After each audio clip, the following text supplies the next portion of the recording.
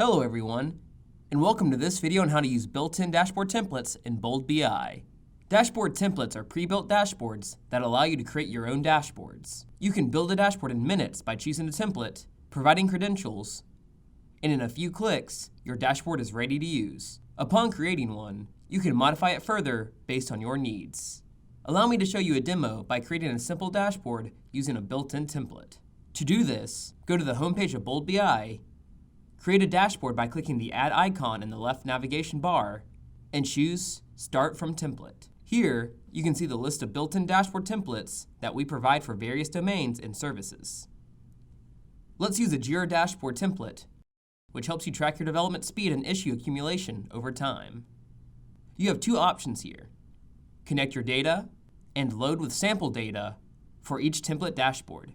You can directly provide your authentication details by using the Connect Your Data option, or you can load the dashboard with the sample data that we provide. Let me create the dashboard by using the Load with Sample Data option.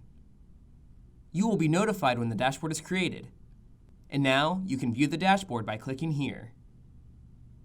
Bold BI lets you turn your data into useful information by showcasing key metrics, such as issues created and resolved over time and the current status of issues.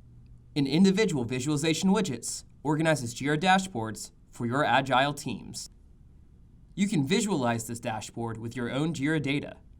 To do that, click Connect Your Data at the top. Authenticate your account by providing your credentials such as URL, username, and API token, and click Continue. The dashboard is updating with your credentials. Now, the dashboard is ready with your Jira data.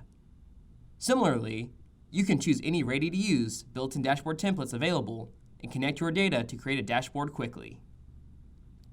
You can find more details about supported dashboard templates and related blog posts in the documentation linked in the description for this video. Thanks for watching.